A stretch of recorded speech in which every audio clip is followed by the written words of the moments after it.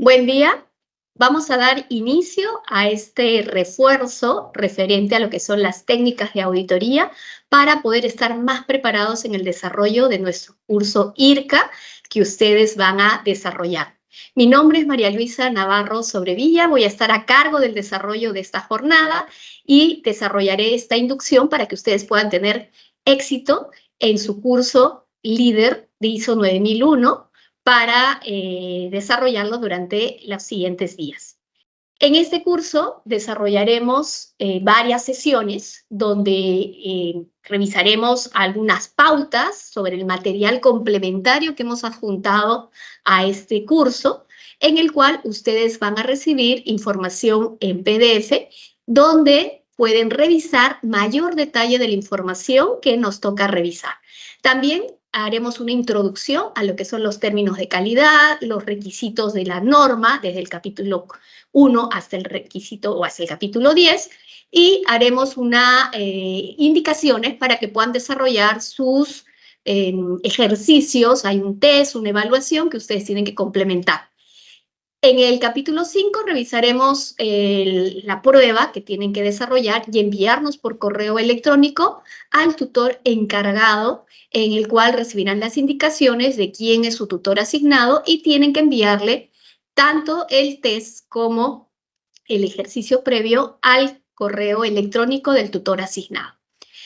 En la segunda parte de este material hablaremos directamente de las técnicas de auditoría a partir del capítulo 6, donde tienen ustedes los fundamentos. Hablaremos en el capítulo 7 del enfoque de la auditoría y en el capítulo 8 una introducción a lo que es el proceso de certificación y la acreditación. Esos van a ser los temas que vamos a desarrollar a nivel de una introducción, y ustedes tienen el material complementario, el cual los invitamos a revisar y a leer para que puedan estar mucho más preparados y tener las mayores ventajas en el desarrollo de su curso que viene en los siguientes días. Bien, algunas pautas entonces para que ustedes sepan lo que es el desarrollo de esta capacitación. Tenemos desde la sesión 1 hasta la sesión 12, como parte del material que ustedes reciben, que se les invita a leer y a entender. Acá les vamos a dar una referencia, pero hay material complementario en el PDF que van a recibir y ahí pueden ustedes ahondar mucho más. Este material se prepara con un propósito, que ustedes tengan el mayor éxito en la evaluación, tanto continua como en la evaluación a través del examen escrito que van a tener en el curso de auditor líder que están llevando. Para eso se ha preparado este material. El video que estamos grabando y que ustedes están escuchando es básicamente complementario a la información que ustedes podrían revisar que se les está adjuntando.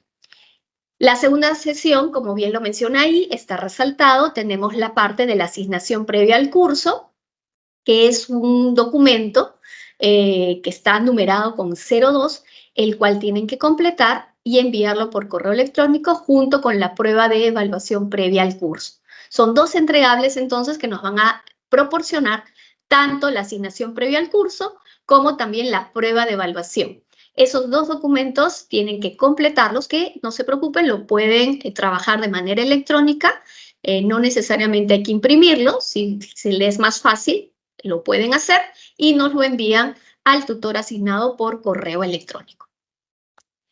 Algunos conceptos importantes en calidad, ya que estamos trabajando con la norma ISO 9001, es qué es la calidad.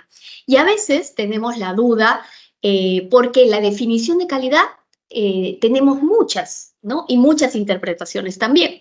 Pero la norma ISO 9001 tiene una definición particular de lo que es la calidad y nos dice que es el grado en que un conjunto de características inherentes cumplen un objetivo o los requisitos. Esto está orientado a que la calidad entonces va a estar definida por dos propósitos: características y requisitos. Esa calidad para uno puede ser tener características diferentes que para otra organización. Por eso que es importante que cada empresa defina qué va a ser la calidad. ¿Qué es la característica? Si, por ejemplo, yo decido tener un producto, llámese por ejemplo un celular, yo definiré qué características debe tener ese celular. Por ejemplo, la forma, la velocidad, la capacidad.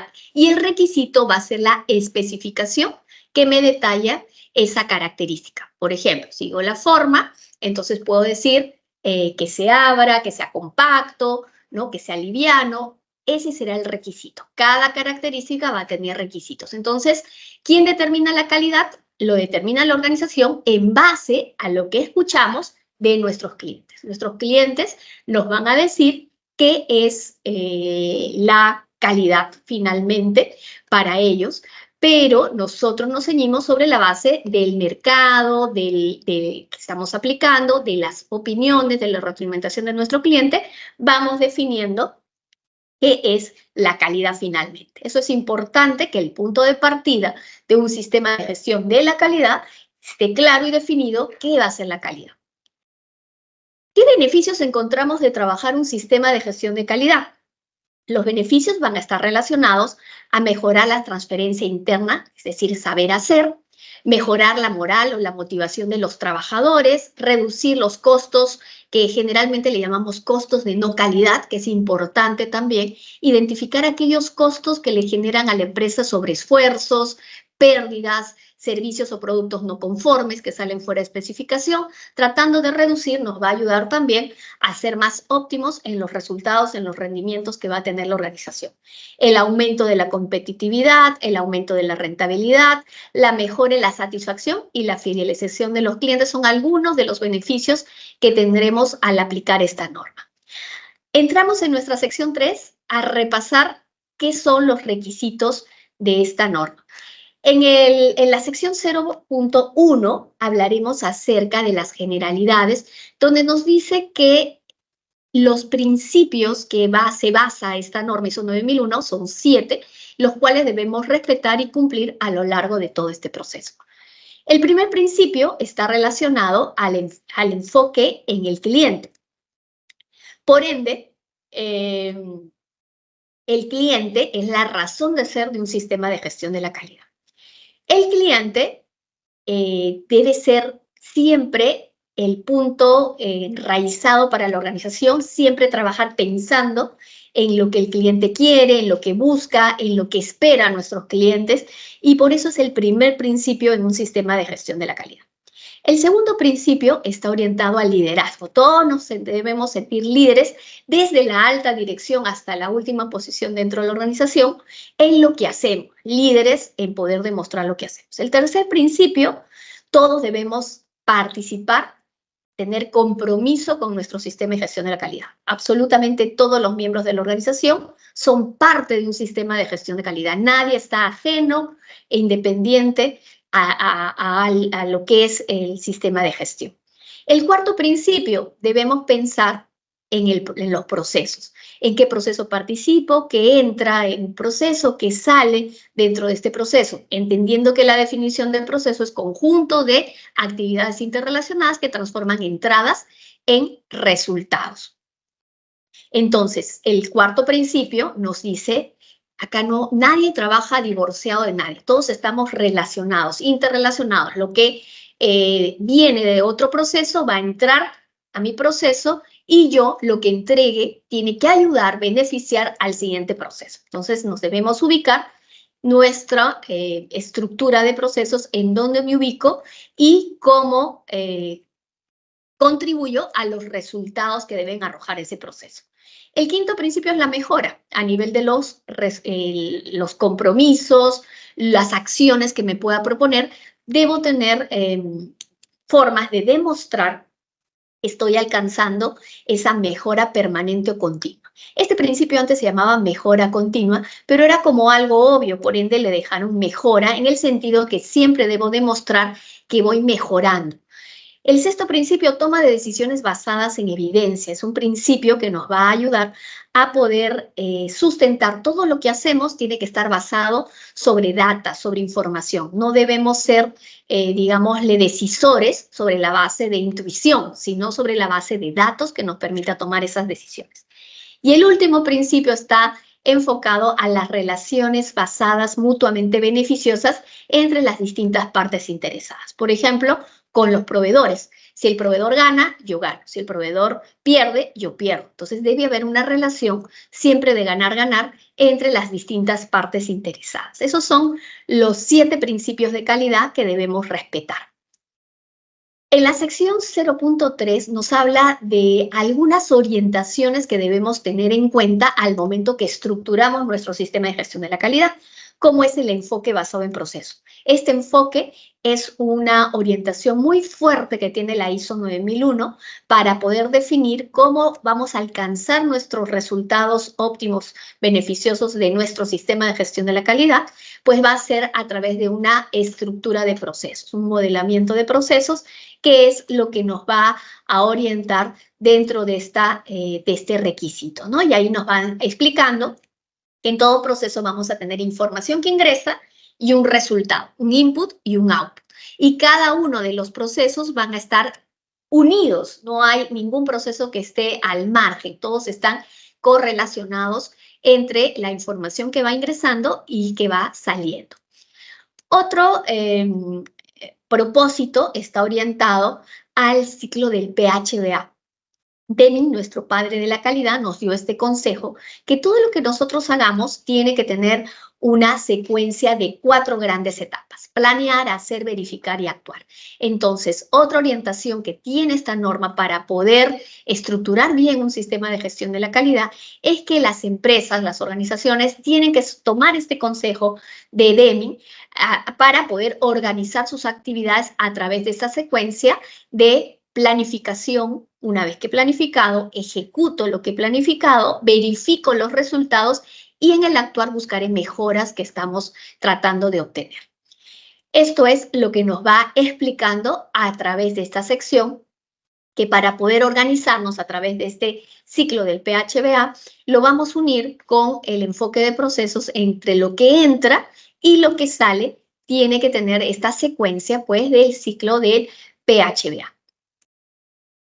Otra orientación que tiene esta norma es el pensamiento basado en el riesgo. Este pensamiento basado en el riesgo va a estar orientado a que todo lo que haga una organización, una empresa, está expuesta a situaciones que podríamos perder o podríamos tener no alcanzar ciertos resultados que nos hemos propuesto. Entonces, el enfoque basado en riesgo está orientado a que la empresa tiene que analizar cuáles son las consecuencias de lo que le podría pasar para tratar de anticiparse y proponer algunas alternativas para mitigar que esos riesgos se puedan materializar.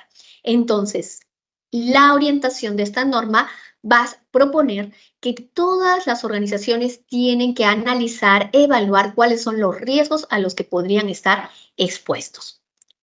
También nos comparte que esta norma está construida a través de lo que le conocemos como la estructura de alto nivel. La estructura de alto nivel nos pide o nos plantea que debe tener todas las normas de gestión que son elaboradas por ISO una estructura común de 10 capítulos. Entonces, esta norma también está alineada a esta estructura de 10 capítulos, lo que le permite una alineación con otras normas de gestión si la organización quiere adoptar otros estándares tales como, por ejemplo, ISO 14001 en gestión ambiental, ISO 45001 en gestión de seguridad y salud y otras normas de gestión, pues le va a permitir su fácil alineación porque también cuenta con la estructura de 10 capítulos para poderse alinear a otros modelos de gestión. Con esto terminamos la parte introductoria y hablamos de lo que es el capítulo 1 con objeto y campo de aplicación, donde acá básicamente nos va a referir que esta norma tiene como propósito demostrar la capacidad para poder alcanzar la satisfacción de nuestros clientes y no solamente alcanzar lo que los clientes nos pidan o nos soliciten, sino también aspira a aumentar la satisfacción del cliente. Ese es el gran propósito que vamos a buscar. ¿Por qué? porque si uno tiene un sistema de gestión de la calidad que nos permita lograr la satisfacción del cliente, esto va a hacer que otros clientes nos recomienden, nos refieran, que esté contento, que nos siga comprando, que siga adquiriendo nuestros servicios. Entonces, apuesta por entregar productos conformes a nuestros servicios, conformes a nuestros clientes, para que ellos nos sigan comprando y pues alcanzar finalmente lo que le llamamos la fidelización de nuestros clientes, ¿verdad? Entonces, esa es un poco la orientación.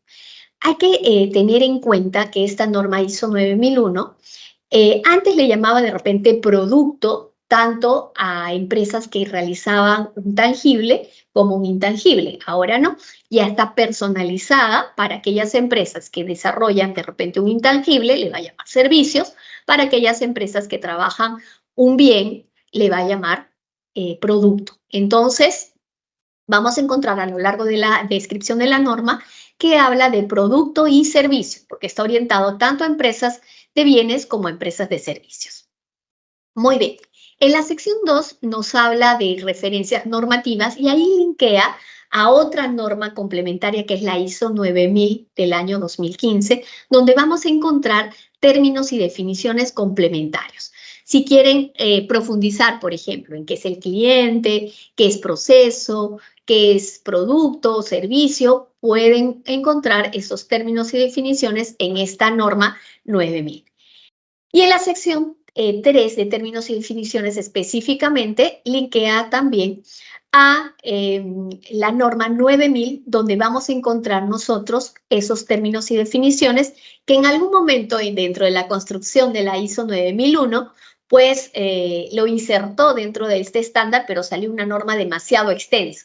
Entonces, por ende, pues sacamos, se define sacar en una norma 9000, donde encontramos los términos y definiciones. Entrando ya al capítulo 4, nos plantea la distribución de los requisitos de la norma que van a partir del capítulo 4 hasta el 10 a través de la secuencia del ciclo del PHBA o de DENI. Entonces, nos grafica a lo largo de la distribución de requisitos, donde vamos a encontrar este capítulo 4, 5, 6, 7, 8, 9 y 10. Iniciamos la revisión con el capítulo 4, donde vemos que el 4.1, 4.2 y 4.3 están definidos como parte de uno de los requisitos que van a ingresar como información a nuestro sistema de gestión de la calidad. El capítulo 4 está compuesto por 4 subrequisitos. En el 4.1 encontramos el contexto de la organización, donde nos va a pedir que la organización tiene que analizar cuál es su realidad externa en temas políticos, sociales, económicos, tecnológicos, etcétera, y cuál es el contexto interno de la organización en base, pues, a sus procesos, a su estructura de actividades, cuál es la realidad de la organización bajo este análisis de sus cuestiones externas e internas. En el requisito 4.2 hablaremos de las necesidades y expectativas de las partes interesadas, entendiendo que la parte interesada, pues para cada organización puede variar según su realidad, ¿no? Y esa parte interesada tiene que identificarse qué esperan o qué quieren esas partes interesadas, cuáles son sus necesidades o sus expectativas para poder encontrar. No olvidar que en un sistema de gestión de la calidad, muy importante, la parte interesada, cliente, para poder hacer su identificación de sus necesidades y expectativas. Pero no es la única parte interesada. Podemos ver ahí que una organización podría tener empleados o colaboradores, proveedores, accionistas, etcétera, como una parte interesada, y cada una de ellas pueden tener sus necesidades y expectativas, y tomaremos esa información para poder construir nuestro sistema de gestión de la calidad, escuchando lo que quieren estas partes interesadas. En el requisito 4.3 nos va a referir acerca de la determinación del alcance de nuestro sistema de gestión de la calidad, donde tenemos que establecer cuáles son los límites y la aplicabilidad del alcance que vamos a abarcar en nuestro sistema de gestión.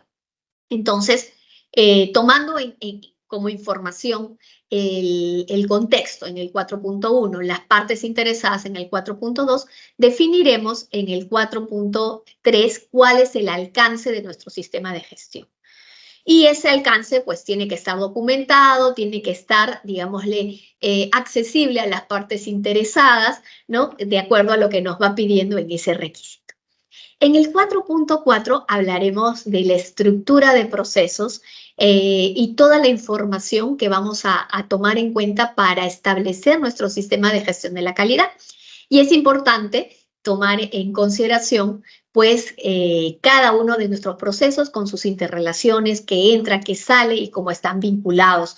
Todo eso lo vamos a solicitar o se solicita en este requisito 4.4. Con eso entramos al capítulo 5 de liderazgo, ¿no? Liderazgo, compromiso de la alta dirección, que es un capítulo muy importante para la estructura y la fuerza que le debemos dar a nuestro sistema de gestión de la calidad. En este requisito vamos a tener 3 subrequisitos. En el 5.1 hablaremos exclusivamente de lo que es liderazgo y compromiso que debe partir de la alta dirección de una organización, entendiendo que la alta dirección de una organización es el órgano más alto con facultades de control y de dirección para nuestro sistema de gestión.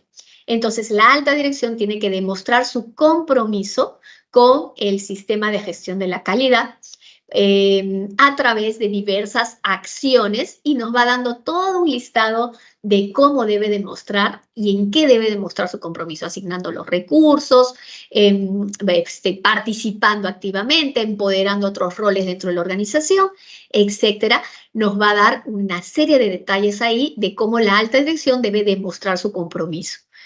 Hace énfasis acerca del enfoque al cliente, ¿no? En este requisito, pues nos va a decir que la alta dirección tiene que promover el enfoque al cliente, que cada uno de los miembros dentro de la organización piense que el cliente es importante, ¿no? Y cómo la alta dirección hace esa búsqueda de ese enfoque al cliente.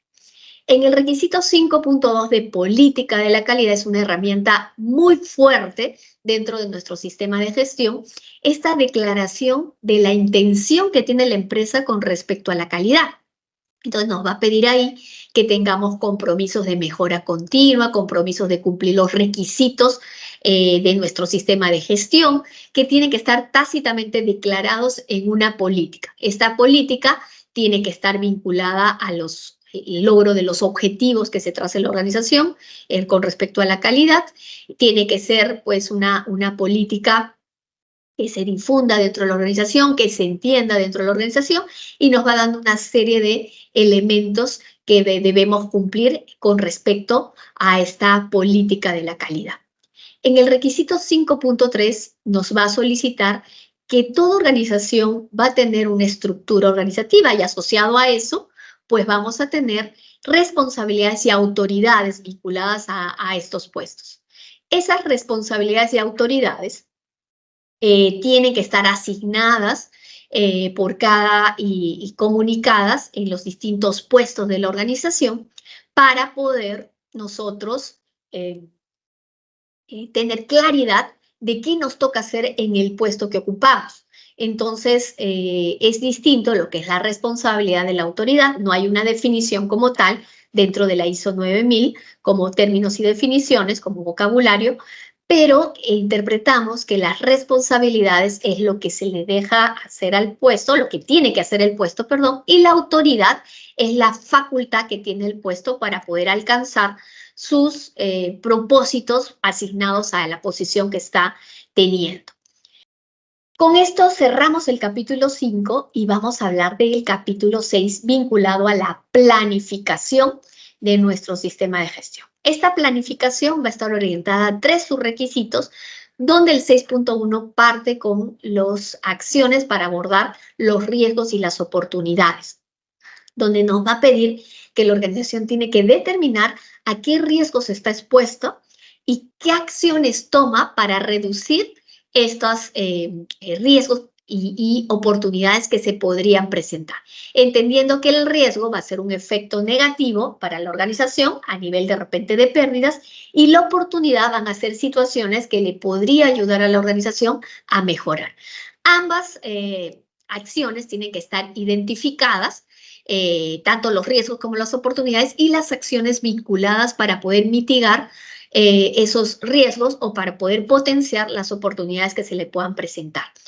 Estos riesgos y oportunidades van a estar relacionadas con lo que es el contexto de la organización, que lo vimos en el requisito 4.1, con las necesidades y expectativas de las partes interesadas, que lo vimos en el requisito 4.2, van a estar relacionadas a los productos o servicios que brinda la organización, y de esa manera, pues, debemos tomar en cuenta cómo abordar estos riesgos y oportunidades.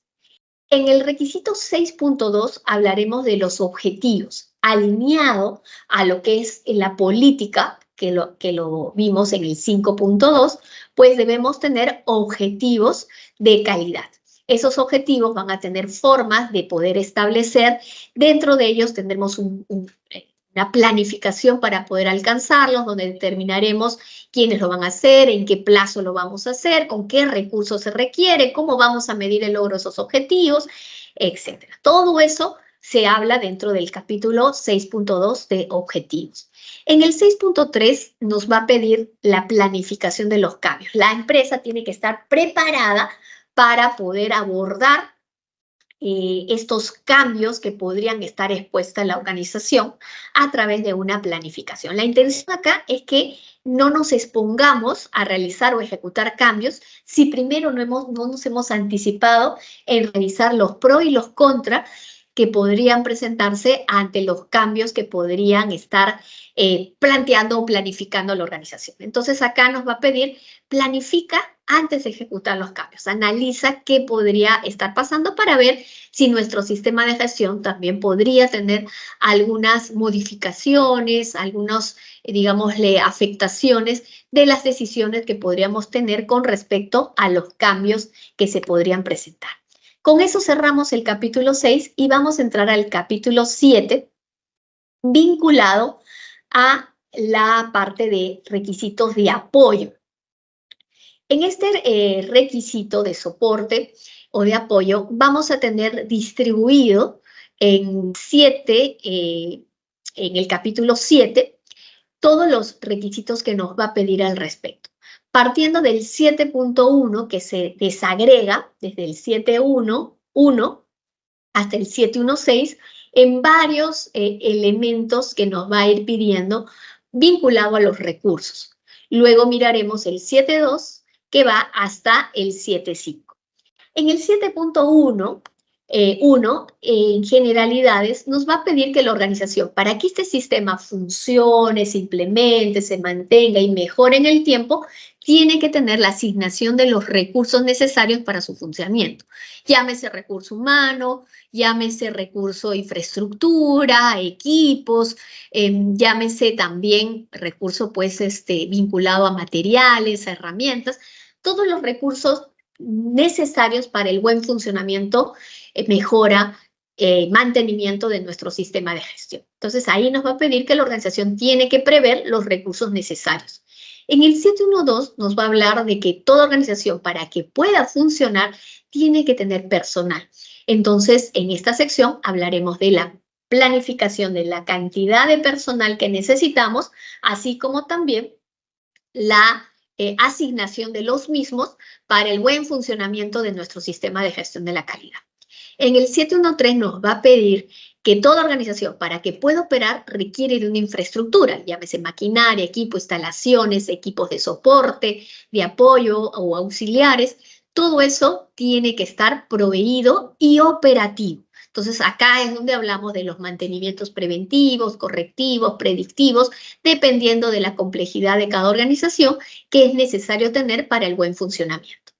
En el 7.1.4 hablaremos de las condiciones que requiere una organización para poder brindar un ambiente, una buena condición para poder desarrollar nuestros procesos. Llámese condiciones de repente de no tener ruidos, de temperaturas apropiadas para poder desarrollar nuestras actividades, de iluminación, toda esa parte que va a ser necesaria para poder brindar nuestro servicio o nuestro desarrollo de nuestros procesos, pues tener las condiciones apropiadas.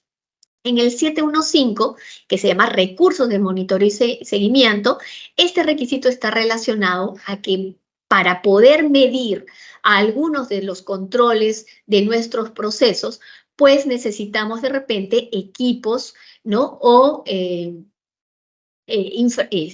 una estructura para poder medir nuestros resultados y tener confianza de esas mediciones. Acá estaremos haciendo énfasis en lo que son, por ejemplo, los equipos de seguimiento y medición, donde tienen que estar calibrados o verificados. Estos equipos pues tienen que arrojarnos valores que tengamos confianza de esos resultados. Por ejemplo, si yo utilizo un termómetro para medir la temperatura de un producto, pues yo necesito que ese termómetro me esté arrojando la temperatura correcta. Y ante eso nos va a pedir que según la criticidad de ese equipo, tendrá que estar calibrado o verificado. Pero no solamente hablamos de equipos, sino de dispositivos que tienen que estar pues con la confianza necesaria de que el valor que nos está arrojando son los que nosotros vamos a utilizar para poder tomar decisiones al respecto. En el 716 hablaremos acerca del conocimiento vinculado a que es importante que la organización, a través de sus lecciones aprendidas, a través de sus casos de éxito o de fracaso, aprendamos de esos errores para poder introducirlos en nuestro sistema de gestión de la calidad y de esa manera darle mayor consistencia a través del tiempo de lo que podamos ir aprendiendo, ya sea de éxitos o de fracasos, ¿no? que la organización va teniendo en el trayecto de su evolución o de su historia. Con eso cerramos el 7.1 y pasamos al requisito 7.2 de competencias, donde es muy importante que para que el colaborador se desempeñe de la manera más óptima, tener pues competencias en términos de educación, de formación o de experiencia. Y ahí nos va a pedir que según las responsabilidades que ocupe, que hablamos eso en el requisito 5.3, pues esté definidas las competencias necesarias de cada puesto para que pueda desempeñarse de la mejor manera. Y si no tiene las competencias, pues hay que brindárselas, tomar acciones y medir la eficacia de esos resultados. Hay que mantener registros también de esas competencias y de las acciones que venimos ejecutando al respecto.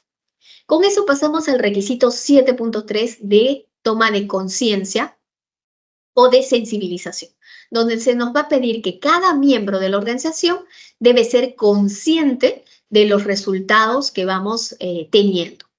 Las comunicaciones es otro requisito relacionado tanto a las comunicaciones internas y externas, donde nos va a pedir que debemos tener procesos de comunicación fluidas, ¿no?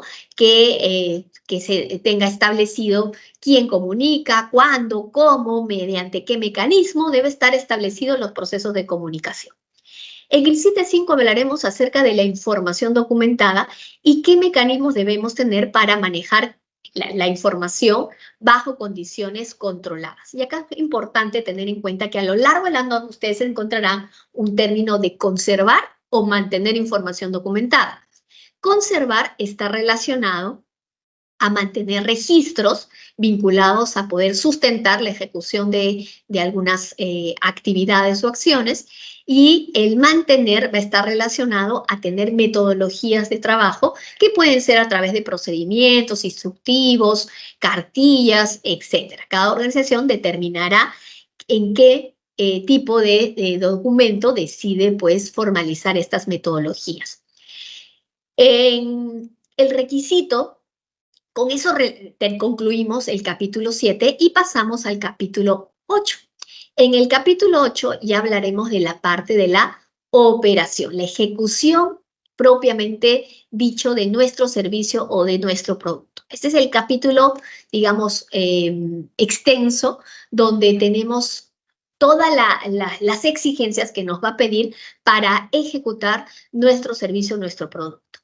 En el capítulo 8.1 hablaremos acerca de la planificación y control operacional.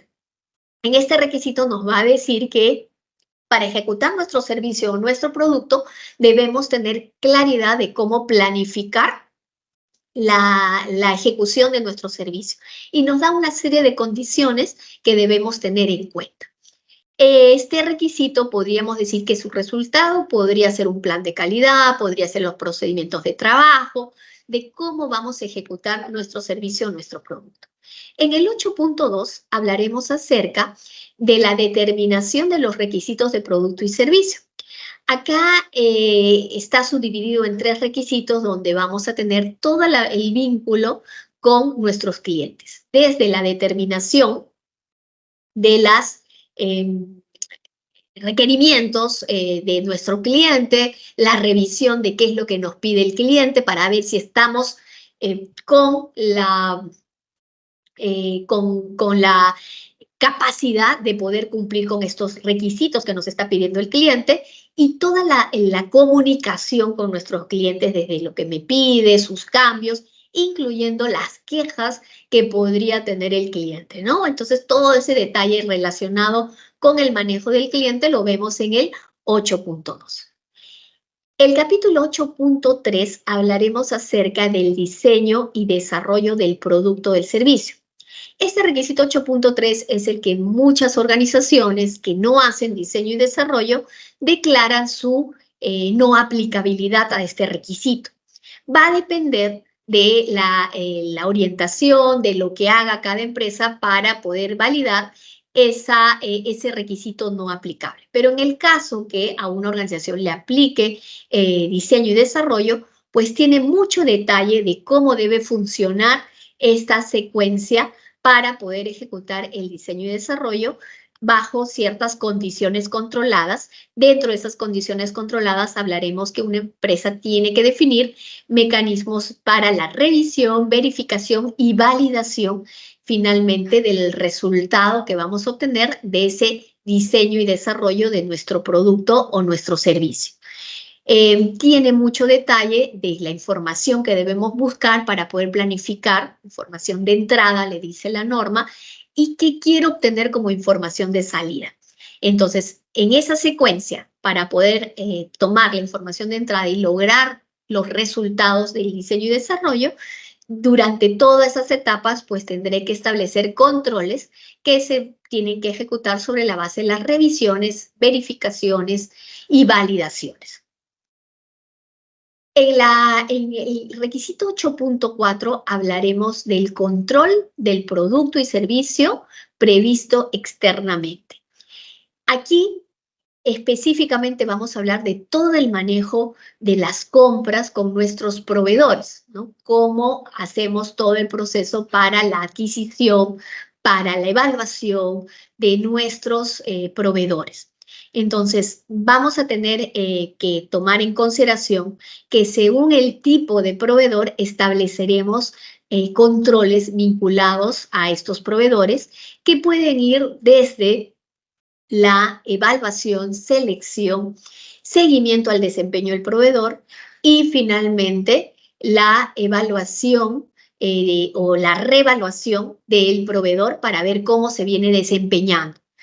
Nos va a ir pidiendo que a lo largo de toda esta secuencia pues vayamos viendo cómo se va desenvolviendo nuestros proveedores, cómo vamos ejecutando todo el proceso de compras y comunicando también los resultados a nuestros proveedores, ¿no?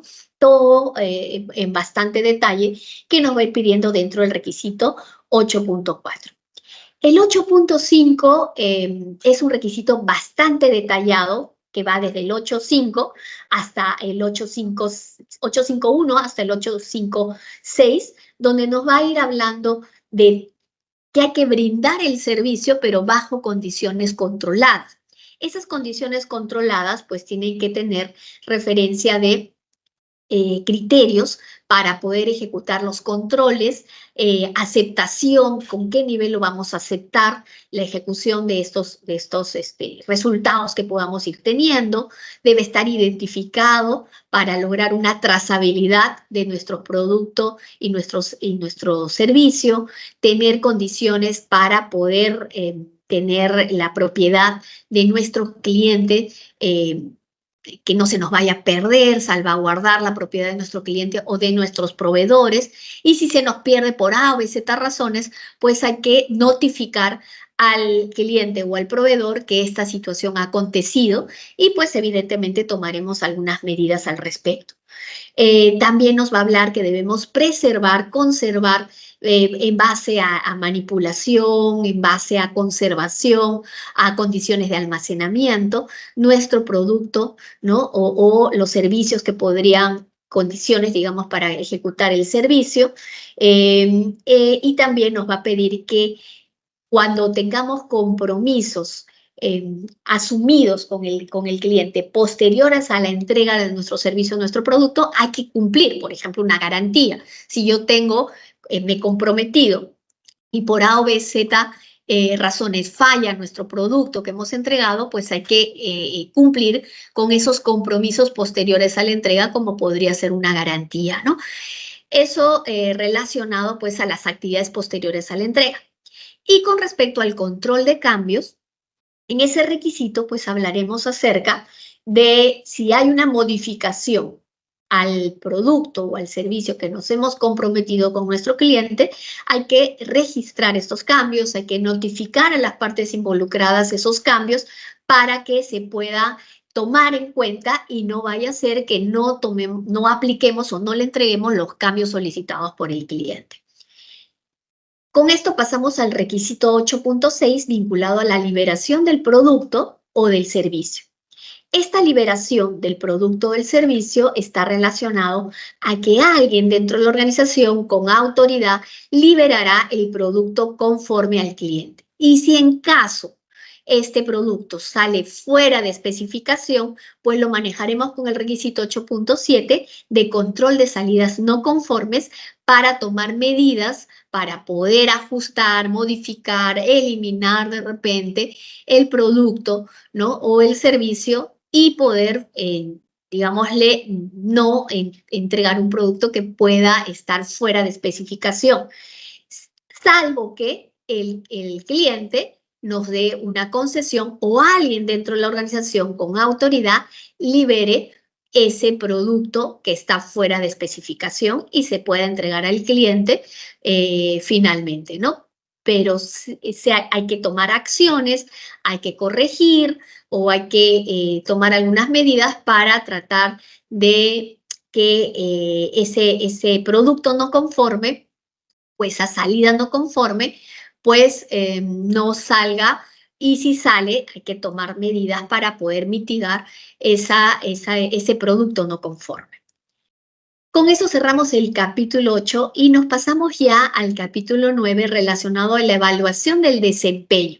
Y acá ya medimos resultados a través de 3 requisitos. Primero nos va a decir, mide resultados pues a través de mediciones en los distintos procesos para ver cómo estamos obteniendo los resultados que esperamos por cada proceso. Hay que medir la satisfacción del cliente para ver pues cómo estamos alcanzando este propósito acerca de la percepción de la satisfacción del cliente. Hay que analizar y evaluar datos de los resultados de estas mediciones para ver cómo se encuentra la organización. Y otra herramienta es que hay que medir los resultados a través de la aplicación de auditorías internas, ¿no? Nos va a pedir que una auditoría interna tiene propósitos vinculados a evaluar cumplimiento, implementación y eficacia. Los auditores tienen que ser competentes para realizar las auditorías internas. Hay que programar las auditorías internas y nos va a dar una serie de detalles en este requisito de auditorías internas. Finalmente, para medir los resultados también tenemos otra herramienta que es la revisión por la dirección, que tiene que realizarse a intervalos planificados para ver cómo está el resultado y nos da una serie de información de entrada que tiene que ingresar a esta revisión por elección hasta obtener resultados en términos de decisiones y acciones que debemos tomar para mejorar nuestro sistema de gestión de la calidad. Con esto ingresamos al último capítulo de mejora, en el capítulo 10, que se subdivide con el 10.1, 10.2 y 10.3, donde nos va a pedir que debemos demostrar la mejora. Y una de las herramientas para poder sustentar la mejora es el mecanismo de tratamiento de las no conformidades. Que tiene toda una metodología de cómo hacer un análisis, proponer acciones correctivas, evaluar la eficacia de las acciones correctivas y un detalle bastante amplio en el requisito 10.2 de cómo hacer el tratamiento a esas acciones correctivas. Con esto cerramos el capítulo 10 para poder ya estar preparados con la interpretación y los invitamos a revisar en detalle, a leer su norma para que puedan estar mucho más preparados.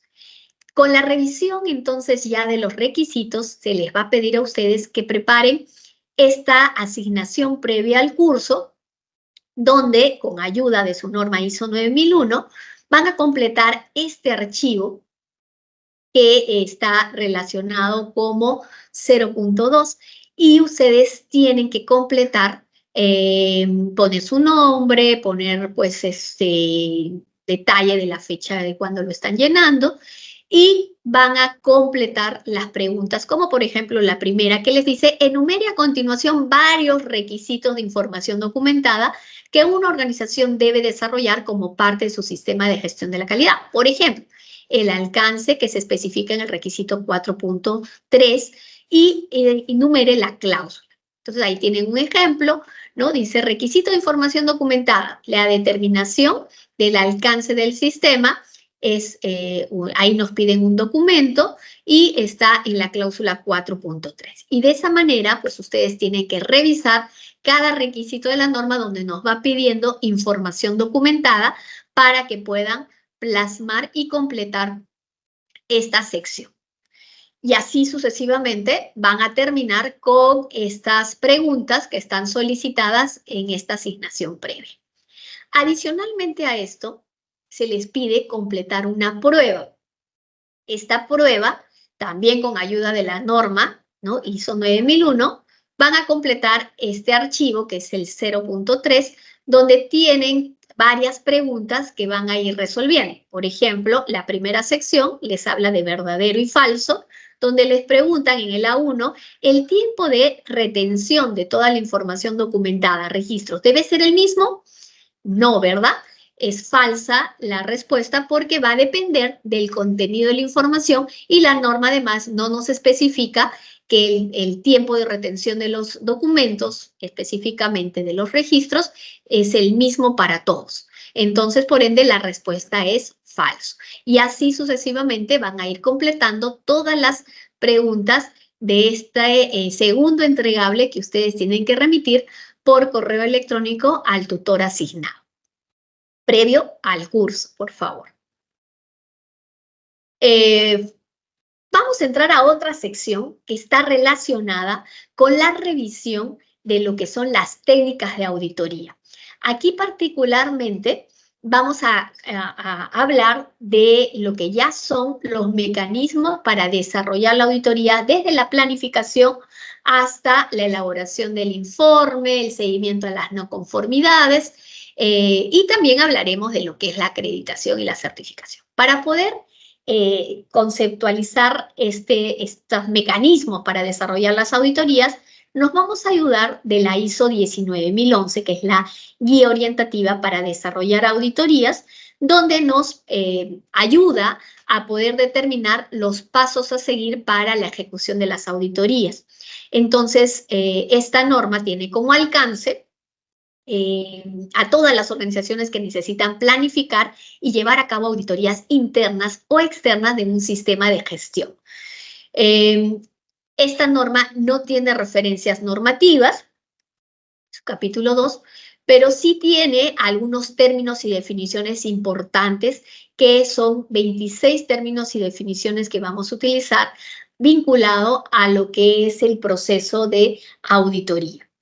Uno de los términos y definiciones que vamos a revisar es la definición de auditoría como tal, ¿no? Que es un proceso sistemático, independiente y documentado para obtener pruebas objetivas y evaluarlas de una manera imparcial, de una manera objetiva, para determinar en qué medida se cumple el criterio de auditoría.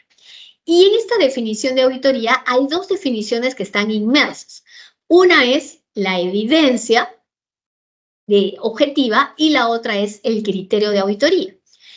¿Qué es la evidencia? La evidencia son datos que apoyan la existencia o la veracidad de algo, ¿no? Es como el hecho, el suceso que está aconteciendo y que es o tiene que ser verificable o demostrable.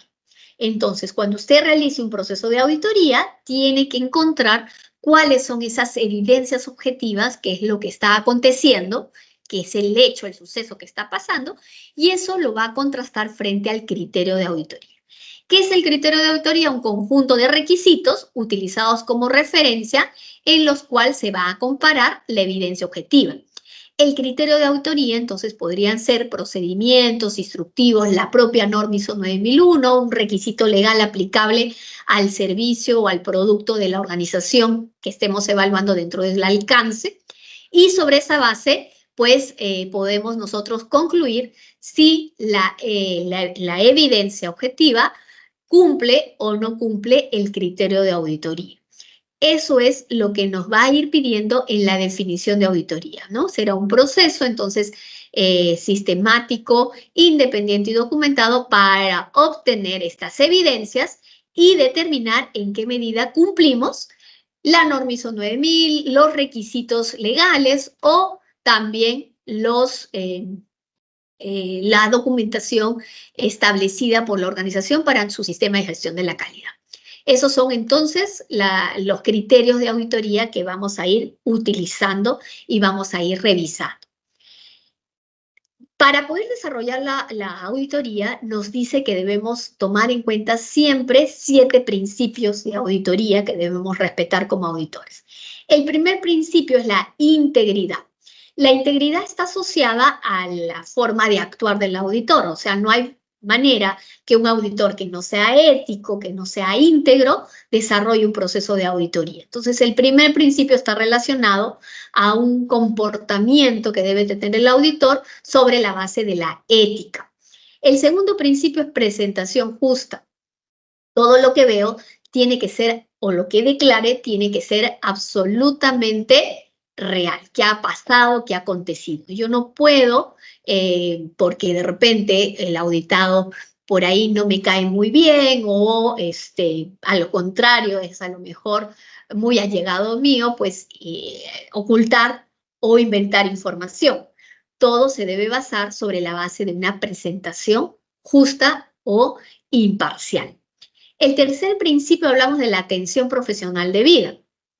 El auditor tiene que estar preparado para poder desarrollar la auditoría. O sea, si usted no entiende de repente qué es un proceso, qué es calidad, qué es satisfacción del cliente, pues no tendría la capacidad para poder desarrollar este proceso de auditoría. Es importante la atención, la profesionalidad del auditor para poder desempeñarse. El cuarto principio está orientado a la confidencialidad. El auditor no puede ir divulgando lo que vamos viendo. Tiene que guardar muy cuidadosamente la información de lo que se va recolectando, de la información que nos ha preparado o presentado el auditado, ¿no? La confidencialidad es el cuarto principio. Otro principio es la independencia. Yo no puedo ser juez y parte, ¿no? No puedo auditar mi propio trabajo. Entonces, la independencia es otro principio sumamente importante. El enfoque basado en evidencia. Todo lo que declara el auditor tiene que basarse en evidencia, en sustento. No puedo inventar información. Todo tiene que ser sustentado sobre evidencia verificable o demostrable. Y el último principio es el enfoque basado en riesgo. Pues que el auditor en todo momento, desde la planificación, la ejecución de la auditoría, la elaboración del informe, el seguimiento a los resultados de la auditoría, tiene que tomar en cuenta que pueden presentarse situaciones de riesgo. Esos riesgos tienen que ser de alguna manera mitigados por el auditor a fin de que el resultado de la auditoría no se vea dañado o no se vea perjudicado. Entonces, a lo largo de toda la secuencia de la ejecución de las etapas de la auditoría, el auditor tiene que ir evaluando y mitigando los riesgos que se puedan presentar. Por ejemplo, ¿no? Un riesgo podría ser que el tiempo de auditoría no sea suficiente. Entonces, el auditor, ¿cómo va desde la planificación? Mitigando dentro de la planificación ese riesgo que podría ser que le falte tiempo, ¿no? Solicitará más, reducirá el alcance, tomará algunas acciones al respecto. Entonces, el principio vinculado a la evaluación del riesgo que está expuesto el proceso de auditoría. En esta secuencia vemos que para poder desarrollar la auditoría, vamos a hablar en el capítulo 5 de los pasos que se deben tomar en cuenta para la ejecución de estas etapas de auditoría dentro de lo que va a ser la programación de la auditoría. El programa de auditoría es un calendario de cómo debe ejecutarse o es una cantidad de auditorías que deben ejecutarse en un determinado periodo de tiempo. Ese tiempo va a estar definido por cada organización. Podría ser semestral, anual, bianual, dependiendo de cada organización. En el caso de las auditorías de certificación o auditorías de tercera parte, el programa de auditoría tiene una duración de 3 años y tiene una secuencia a través del ciclo de Deming de cómo se tiene que desarrollar el programa de auditoría. Partimos primero en definir los objetivos de la auditoría, ¿no? Luego vemos que estos objetivos pues van a estar linkeados a lo que yo quiero alcanzar o quiero lograr. Una vez que tengo definido el objetivo que quiero lograr con este programa, se van a determinar cuáles son los riesgos de que ese programa no se cumpla. Y también luego debo definir, pues, ya elaborar el programa y poder estructurar cuántas auditorías vamos a ejecutar. En el caso de auditorías de certificación, pues el programa, como les había mencionado, dura 3 años y en esos 3 años, pues se va a hacer una auditoría principal y 2 auditorías de seguimiento si son anuales o si son semestrales, 5 auditorías para el seguimiento durante los 3 años que dura el programa. Una vez que tengo elaborado el programa, viene la etapa 5.5, donde se tiene que ejecutar cada auditoría. En el 5.6 monitorearé la ejecución de cada de las auditorías que están dentro de ese programa, que en este caso de certificación dura 3 años. Y por último, en el 5.7 nos dice, revisa para ver si a lo mejor no se van a hacer esa cantidad de auditorías, se tienen que hacer más, de tal manera que en el siguiente ciclo de certificación podamos reprogramar o redefinir cómo va a funcionar ese programa de auditoría para el siguiente periodo. Entonces, en el 5.7 nos va a decir, revisa, analiza para ver cómo se ejecutó tu programa de tal manera que en tu siguiente programación se hará de diferente manera. A lo mejor necesitas más tiempo, más frecuencia de auditorías, ya no los hagas anuales, a los semestrales. Todas esas lecciones aprendidas las tomaremos como parte del análisis para nuestro siguiente programa de auditoría. En el capítulo 5, entonces, hablamos de cómo se hace la programación. Pero en el capítulo 6, dentro de la 19.011, hablaremos de cómo se ejecuta cada una de las auditorías que están contenidas en el programa. Entonces, para la ejecución de cada una de esas auditorías, tomaremos una auditoría y tenemos que replicar el 6.2, 6.3, 6.4 y así hasta el 6.7, la cantidad de veces que hemos determinado las auditorías que vamos a ejecutar en el programa de auditoría del capítulo 5. Por ejemplo, si en el capítulo 5 hemos definido en nuestro programa que vamos a hacer una auditoría principal de certificación y 2 auditorías de seguimiento en los 3 años, entonces tenemos 3 auditorías, una principal y 2 de seguimiento, son 3 auditorías. 3 veces voy a replicar o repetir el capítulo 6 con la ejecución de cada una de esas auditorías que están contenidas en el programa. ¿Cómo va a funcionar cada una de esas auditorías? Partimos primero del 6.2 con un inicio de auditoría, donde tendremos el contacto inicial con el auditado, donde en ese contacto inicial con el auditado, pues le solicitaré sus horarios de trabajo, le solicitaré de repente si hay algunos requisitos de seguridad para poder ingresar a sus instalaciones, levanto información, solicito documentos, todo eso va dentro del contacto inicial con el auditado para poder planificar la ejecución de estas auditorías, ¿verdad? Eso lo vamos viendo dentro de este inicio de auditoría. En el 6.3 viene la etapa de preparación, de poder planificar cómo va a funcionar la auditoría. En esta preparación de la auditoría, pues va a consistir en elaborar el plan de la auditoría, en hacer la distribución de horarios, tiempos, responsables, requisitos, recursos que necesito, de cómo se va a ejecutar el detalle de esa auditoría. Eso referente a la preparación. Y finalmente, elaboraré también una lista de verificación para ir preparado a la auditoría y una asignación de los roles dentro de mi equipo auditor. Esto lo hago de una manera de preparación. Pero luego en el 6.4 ya tendremos contacto con el auditado, y en ese contacto con el auditado ya me traslado a las instalaciones del auditado, o me conecto si va a ser una auditoría de repente remota o virtual, pero ya es en contacto con el auditado, que es la conducción de las actividades de auditoría en el requisito 6.4. Aquí ya tengo, digamos, que ir aplicando desde la reunión de apertura con el auditado, ejecuto cada una de las actividades que he previsto en el plan de la auditoría, voy levantando hallazgos, voy concluyendo los resultados de la auditoría y finalmente a una reunión de cierre donde voy a dar las conclusiones de esa auditoría. Todo eso está detallado en el 6.4 de la 19.011, lo cual los invito a leer o a revisar con mayor detalle. En el requisito 6.5 se prepara ya el informe de auditoría, que eso ya no necesariamente es en contacto con el auditado, ya lo puede hacer de manera a nivel de gabinete, a nivel ya de su oficina, el espacio donde usted se encuentre, y documentamos el informe, que también tiene un contenido sugerido ahí en la norma 19.011, donde nos plantea pues que hay que elaborar el informe y remitirlo al auditado para que pueda tomar las acciones respectivas de los resultados que hayan salido de esa auditoría.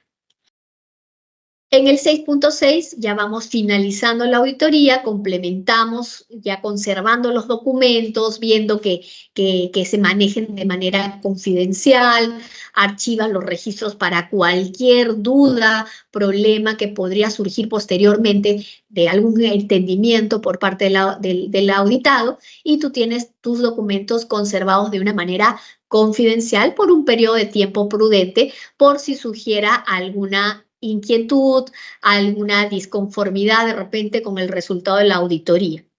En el 6.7 ya hacemos el seguimiento de los resultados de la auditoría, donde pues tenemos que mirar el levantamiento de las no conformidades, que sí lo hacemos en auditorías de tercera parte o de certificación, donde nos toca pues ver el tratamiento ante las no conformidades que el auditado ha propuesto o ha tomado. Entonces nos remitirán su análisis de causa, su propuesta de acciones correctivas, y nosotros como auditores revisaremos el planteamiento y aceptaremos o rechazaremos según el análisis y según la propuesta de la información que nos está dando el auditado. En esta sección tenemos que revisar la eficacia de las acciones correctivas propuestas por parte del auditado. Entonces ahí nos tocará en la próxima auditoría, revisar la eficacia de las no conformidades para ver que ese problema no se haya vuelto a repetir. Y si se ha vuelto a repetir, pues no daremos por aceptada, por cerrada, mejor dicho, esa no conformidad, y tendremos que reaperturar o generar una nueva no conformidad. Entonces, son algunas propuestas que tiene la 19.011 y que se lo ha ido comentando a nivel de una auditoría externa o de certificación de cómo la tenemos que ir manejando. En este gráfico, la 19.011 nos dice que el auditor tiene que ir siempre haciendo un análisis para poder plantear, pues, si hay conformidad o no hay no conformidad sobre la base de esta recomendación que nos da a nivel de este gráfico, donde el auditado, pues, tiene que revisar cómo va a ir recolectando la información, cómo va a ir buscando información que pueden hacer de repente de la revisión de los procedimientos, de los instructivos, de la documentación que el auditado nos ha proporcionado, de información que el auditado mismo nos dice y de lo que escuchamos, también información que puede venir de la observación, vamos viendo lugares de trabajo, ¿no? Y sobre esa base, pues vamos a buscar más información hasta obtener la evidencia, que la evidencia era el hecho, el suceso que tenía que ser verificable o demostrable. Una vez que teníamos la evidencia de auditoría, esta la íbamos a comparar frente al criterio de auditoría que viene a ser, pues, la norma ISO 9001 o que podría ser algún requisito legal aplicable a la organización o que podría ser también algún requisito propio establecido por la organización dentro de su base documentaria. Y sobre esa base, de hacer esa comparación entre la evidencia, el hecho que está aconteciendo frente al criterio de auditoría, íbamos a hacer esta revisión para ver si había algún hallazgo. Como parte de este hallazgo podría ser un hallazgo de conformidad o un hallazgo de no conformidad. Y sobre esa base generamos una conclusión de la auditoría. Es decir, si la evidencia de auditoría cumple el criterio de auditoría, tendremos un hallazgo de conformidad. Pero si la evidencia de auditoría incumple el criterio de auditoría, tendremos un hallazgo de no conformidad. Entonces, en este gráfico, lo que nos trata de recordar es que el proceso constante que usted va a hacer como auditor es hacer ese ejercicio de revisar la evidencia, compararla frente al criterio y finalmente analizar y concluir si es conforme o si hay no conformidad. Y sobre esa base, pues, haremos nosotros la presentación posterior del resultado de la auditoría. Todo auditor, en el capítulo 7 de la 19.011, nos habla acerca de las competencias que debe tener un auditor. Y un auditor tiene que tener cierta preparación para poder desarrollarse. Por eso estamos o vamos a iniciar nuestro curso en los próximos días. La competencia del auditor está relacionado también a algo muy importante que es el comportamiento personal, asociado a las habilidades blandas que debemos tener como auditores para poder desempeñarnos. Un auditor, nos dice ahí la 19.011, tiene que ser ético, ¿no? Tiene que ser de mente abierta para poder entender diversas formas de actuar o de comportarse. Tiene que ser diplomático, saber decir las cosas, ¿no? Con prudencia, con cuidado. Ser observador, no hay auditor que sea ciego, ¿no? Todos los auditores estamos siempre mirando. Perceptivo, que está ahí mirando por dónde podría estar de repente las situaciones más interesantes para poder corroborar.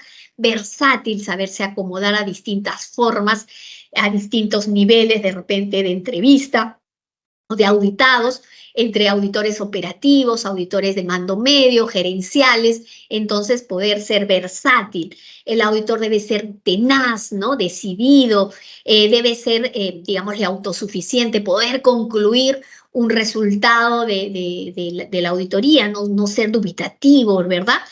Ser capaz de actuar con fortaleza, abierto a la mejora, poder ver distintas culturas, ¿no? Podríamos auditar, pues, personas que de repente provienen de distintos lugares, ¿no? De la zona central, pues, la costa, la selva. Entonces, podemos poder interactuar con distintas culturas de donde puede provenir el auditado y ser también colaborativo, pues, dentro de su equipo auditor a nivel del apoyo y del soporte que va a necesitar el auditor líder, ¿no? Entonces, estos son algunos de los consejos en cuanto a lo que es el comportamiento personal que nos plantea la 19.011.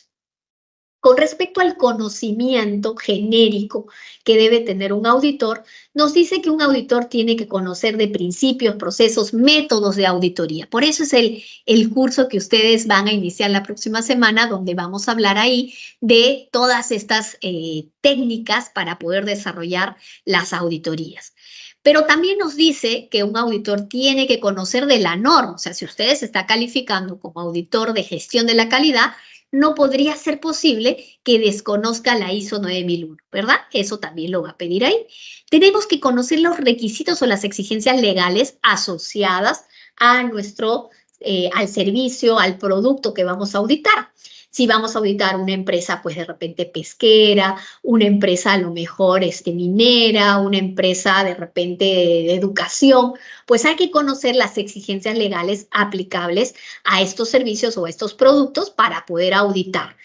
También nos pide, referente a los conocimientos, pues tener una preparación en cuanto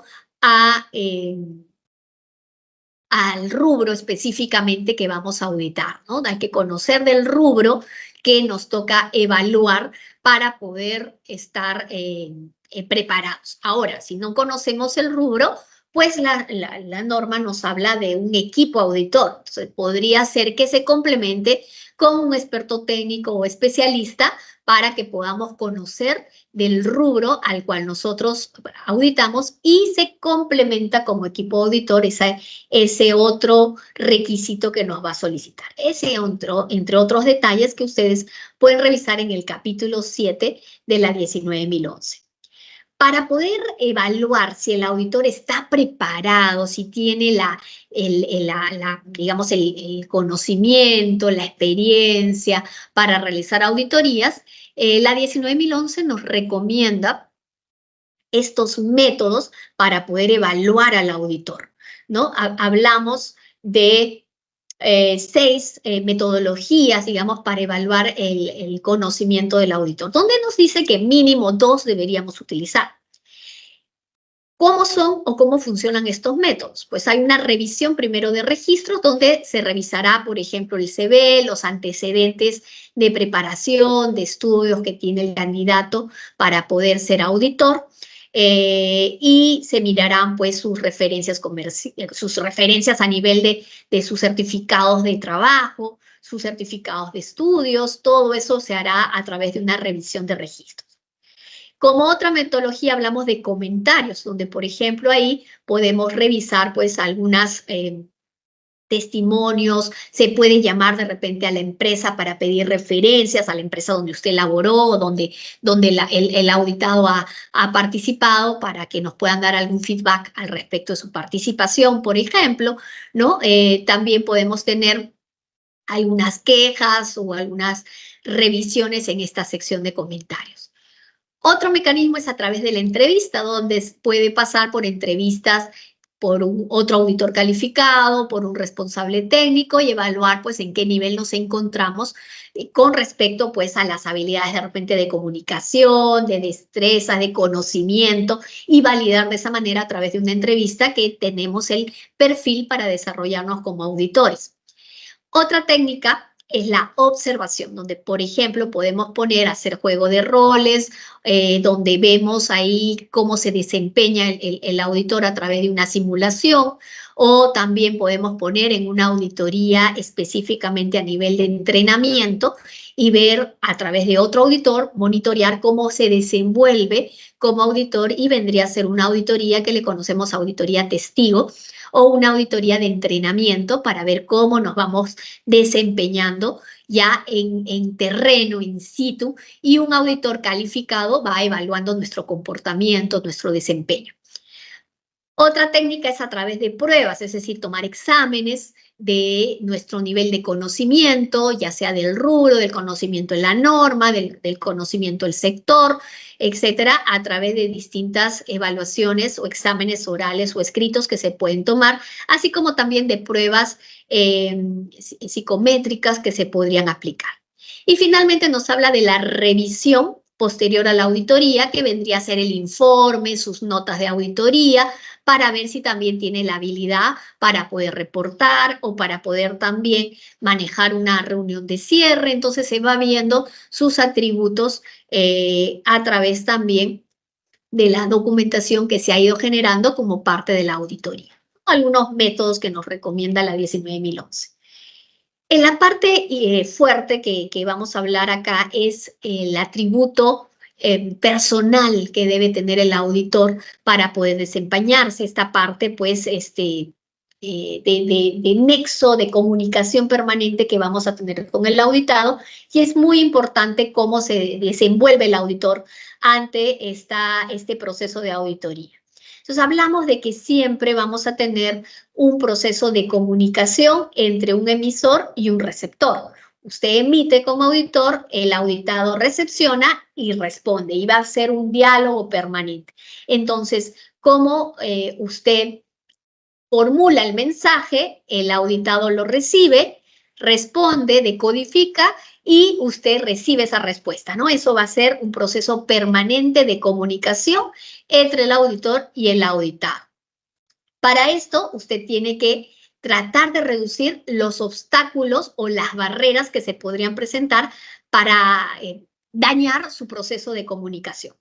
Por ejemplo, ¿no? Nos dice que una barrera podría ser, pues, una barrera emocional, en el sentido que a veces, pues, el auditado podría decirles, mira, que si no salgo bien en la auditoría, pues no me van a dar un bono, o me podrían sancionar. Entonces está trabajando emocionalmente hacia su persona, y usted tiene que saber manejar esa situación. Yo no les estoy diciendo que no seamos sensibles, hay que ser sensibles ante la situación de lo que le podría estar pasando al auditado, pero no podría ser un sustento para que usted de repente baje o no sea tan exigente de repente en su proceso de verificación, ¿no? Entonces las barreras emocionales también existen y hay que saberlas manejar. Otra barrera puede ser la intelectual, es decir que el auditado por ahí dice, mire, yo tengo experiencia, ¿tú cuántos años tienes? Entonces también ahí nos estarían trabajando un poquito a nivel de ponernos ciertas barreras emocionales para nosotros flexibilizar de repente nuestra forma de verificar y pues caer de repente en esta barrera intelectual, ¿no? Hay que saber manejar estas situaciones. La barrera física también es otra forma que podría limitar su proceso de comunicación, tales como la forma de comunicarnos. Ustedes tienen que mirar, pues, cómo nos sentamos, ¿no? Tratar siempre de estar en el mismo nivel para poder tener una mejor fluidez de comunicación, tratar de repente de sentarse no confrontacionalmente, no frente a frente, sino de costado. A lo mejor ver que no haya ruidos cercanos para que no afecte nuestra comunicación. Detalles que hay que mirar para no afectar este proceso de comunicación. La barrera física, entonces, también es otra variable que debe usted mitigarla, tratar de manejarla. Dentro de este proceso de comunicación también tenemos la comunicación no verbal, que es la forma de gesticular que tiene el auditor para poder no afectar, pues, nuestra comunicación con el auditado, ¿no? Las formas a veces que tenemos para poder, digámosle, gesticular, puede ser que sea contradictorio lo que yo estoy diciendo frente a lo que está expresando mi cuerpo. Entonces hay que saber también modular nuestra comunicación no verbal, ¿no? La forma como damos la mano, nuestro espacio, no invadir el espacio personal del auditado, de repente hacer gestos que puedan ser ofensivos, ¿no? Como señalar, como de repente tener miradas que por ahí podrían no ser muy, muy sensibles hacia el auditado. Esto es reconocer un poquito cómo somos y ante eso, pues, ajustar ciertas formas para no distraer, para no afectar nuestro proceso de comunicación. Las formas de preguntar, pues generalmente hacemos preguntas abiertas, es lo ideal, aquellas preguntas que nacen con el quién, qué, cómo, cuándo, por qué, para que el auditado pueda expresarse con mayor amplitud en la información que nos va proporcionando. También podríamos hacer preguntas cerradas, pero deben ser limitadas, aquellas preguntas que una respuesta de un sí o no. Tratemos en la medida de lo posible de usarlas, pero de forma limitada, solo para corroborar. O tenemos las preguntas aclaratorias, que son para poder ratificar algo que el auditado nos ha dicho. Entonces, usted lo hace de esta manera, solamente la usamos para poder aclarar alguna respuesta que nos ha dado el auditado, y también las usamos de manera limitada. Vamos a hablar en ya nuestro último capítulo acerca de la diferencia de lo que es la certificación y la acreditación. Todo proceso de certificación que es bajo una lógica controlado o verificado se maneja mediante una acreditación. La acreditación es una instancia, órgano, que por lo general es un organismo que pertenece a una institución pública de algún país, donde hace una verificación de cómo está cumpliendo sus procesos un organismo de certificación. Los organismos de acreditación pueden ser públicos o privados. Por lo general, en nuestro país, por ejemplo, que estamos hablando a nivel Perú, se realiza bajo un organismo público que es INACAL, el Instituto Nacional de la Calidad. Entonces, el órgano autorizado en nuestro país para brindar las acreditaciones es INACAL, quien vigila el cumplimiento de las actividades de certificación de, por ejemplo, Bureau Veritas, ¿no? Así funciona. Pero un organismo de certificación puede operar con acreditación local, es decir, INACAL, o puede operar con organismos de acreditación de otros países, dependiendo del nivel de solicitud que tenga el auditado o la organización que está solicitando la certificación. Entonces, viéndolo de manera secuencial, tenemos el organismo de acreditación, que por ejemplo puede ser UCAS a nivel de Reino Unido, ANAP a nivel de Norteamérica, de Estados Unidos, quien vigila el cumplimiento de los organismos de certificación, tales como Bureau Veritas. Ellos vigilan el cumplimiento mediante un estándar que es la norma ISO/IEC 17021 y los documentos mandatorios u obligatorios del IAF, el Foro Internacional de Organismos de Acreditación. Entonces, monitorean el cumplimiento de los organismos de certificación, y los organismos de certificación evalúan a las organizaciones mediante la norma ISO 9000, ¿no? Así funciona un efecto de cascada de verificación para ver cómo vamos cumpliendo nuestros procesos. Un proceso de certificación dura 3 años. En el desarrollo de esos 3 años, la norma 17021 nos establece que tiene que manejarse bajo cierta secuencia, donde siempre vamos a partir por una solicitud voluntaria por parte de la organización que aplica a la certificación, llenando un formulario con información para poder hacer una estimación del tiempo de auditoría. En esta etapa, pues en esta etapa de solicitud de la certificación, el organismo de certificación revisa cuál es el alcance que ha solicitado, cuál es el rubro de la empresa, cuánto tiempo va a necesitar la organización para poder realizar la auditoría y quién serían los auditores competentes para poder desarrollar este proceso de certificación. Sobre esa base, pues se estima un cálculo de días, sale una propuesta técnica seguramente económica, y el auditado revisará para ver pues si se acomoda a lo que han solicitado, y sobre esa base, teniendo la aceptación, recién se puede planificar la primera etapa, que es la primera vez que una empresa va a pasar por un proceso de certificación, pasa por 2 etapas, la etapa 1 y la etapa 2. Cuando una empresa ya entra dentro de un ciclo de certificación y, por ejemplo, ya tiene 3 años y va a pasar a su siguiente ciclo de otros 3 años, ahí ya no aplica la etapa 1, dado que ya tenemos el conocimiento de lo que la organización va a realizar. Entonces, la etapa 1 es un proceso que se realiza básicamente una vez, la primera vez que la organización solicita el proceso de certificación. Esta etapa 1 tiene propósitos bien específicos que están definidos en la norma 17021, como es, por ejemplo, verificar si el sistema de gestión de la organización está implementado, revisar o validar el alcance del sistema de gestión, establecer los recursos necesarios para la fase 2, ver si la organización ha realizado la revisión por la dirección, ha hecho la auditoría interna, entre otros propósitos. Una vez que la organización pasa, digamos, la etapa 1, recién se puede ejecutar la etapa 2. La etapa 2 sí es un proceso con mayor cantidad de días de auditoría.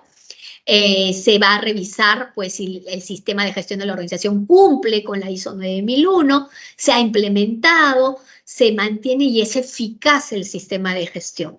La fase 2 ya vamos revisando en detalle cómo va funcionando todo el sistema de gestión del auditado. En la etapa 2, pues ya sale finalmente si la organización tiene el sistema de gestión, si se detectan no conformidades, la organización va a tener que trabajarlas, levantarlas y resolverlas.